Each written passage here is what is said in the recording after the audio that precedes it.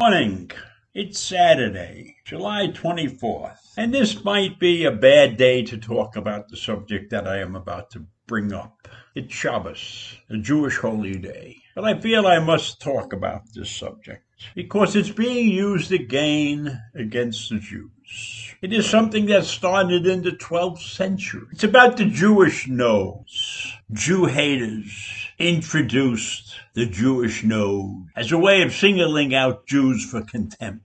And much, much later, Nazi Germany and their propaganda machine continued the stereotype. A look at this image that's about to appear on the screen.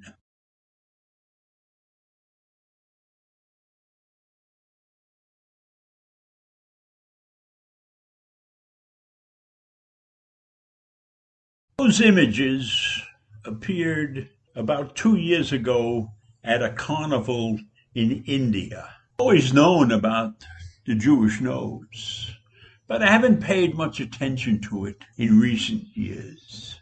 Because basically, it was like a thing of the past, It hasn't been in the news or anything like that.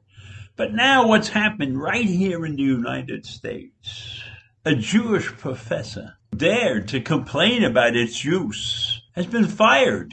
It has forced him to file a multi-million-dollar lawsuit against Linfield University in Oregon. This professor, Daniel Pollock-Pelsner, is a tenured professor of English at the university.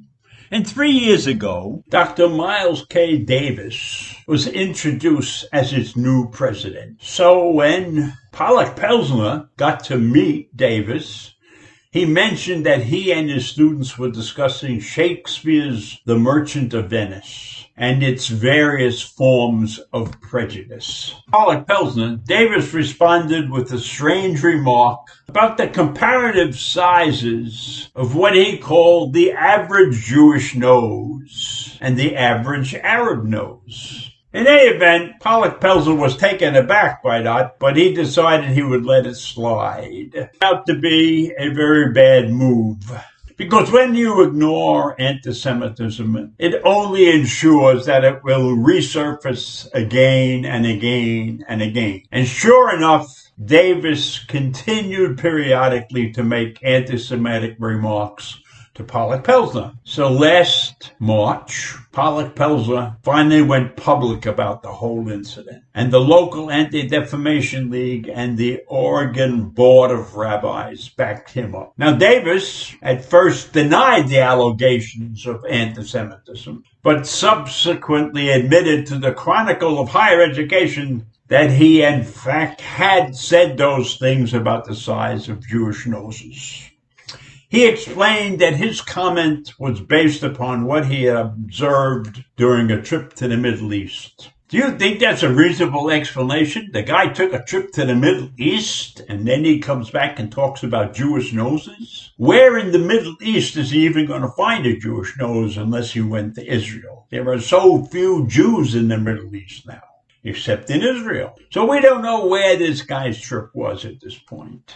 But in any event, that caused Pollock-Pelsner to be fired. His objections to the way Davis was representing the Jews and the Jewish nose caused him to be fired, and he has now instituted this $3.5 million lawsuit against Davis and the university. This lawsuit falls under the category of whistleblower retaliation. So as I said before, the Jewish nose myth has been around since the 12th century, and the Germany propaganda machine used it very frequently as a stereotype.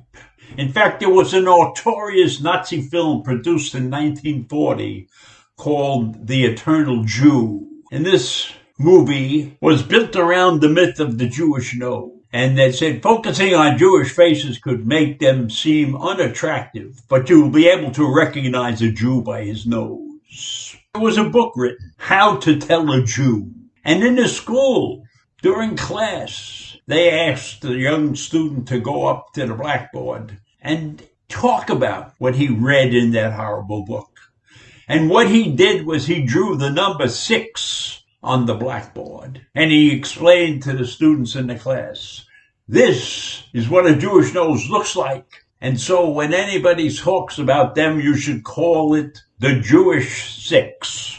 And here's an incident that happens in the United States. In 1999, a former Arizona state legislator, Barbara Bluster, told a colleague, you can't be Jewish. You don't have a big hook nose. Now, Bluster eventually apologized for that. And she said, I admire Jews. I have no prejudice at all. That's bullshit. And we have a case of somebody who's prominent at the United States Holocaust Memorial Museum in Washington, D.C.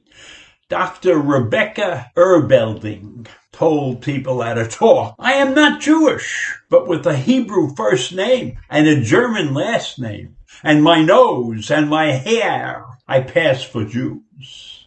This is an educated woman, supposedly working at the Holocaust Museum, comes out with a statement like that. And maybe she's not prejudiced at all, but she's stupid, because remarks like that carry forward, and they get out in the press. And this is a constant reminder of how anti-Semitism spreads and how myths spread. Reminds you that we are living in dangerous times. And every one of these so-called jokes is to be taken very seriously. And the perpetuating of classic anti-Jewish stereotypes is not good.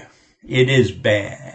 But it only leads to the online ravings that exist in places like Twitter and Facebook and Instagram. We have to be careful about how we portray people in this sick world that we live in. So when long-held stereotypes are brought to the front, they will only encourage and embolden the hate-filled individuals that exist in our society. And we have to be on the lookout for that. This is not a pleasant topic that I bring up on Shabbos, but it's the truth. We cannot avoid the fact that anti-Semitism is running rampant in the world. We cannot avoid the fact that at Charlottesville, those white supremacists marched along saying the Jews will not replace us. So when things like that happen and nobody steps up to the plate and puts those people down, it only encourages them. And I'm glad that the professor, Pollack Pelzer, had the nerve to sue the university, to sue Davis, because the supposedly sophisticated college president could perpetrate the lie of the Jewish nose. That's a disgrace. That's the guy that should have been fired. That's the guy that should never work again in a university setting. That's the guy that should be ostracized. So I leave you with those thoughts this morning, and I'll see you tomorrow. Bye.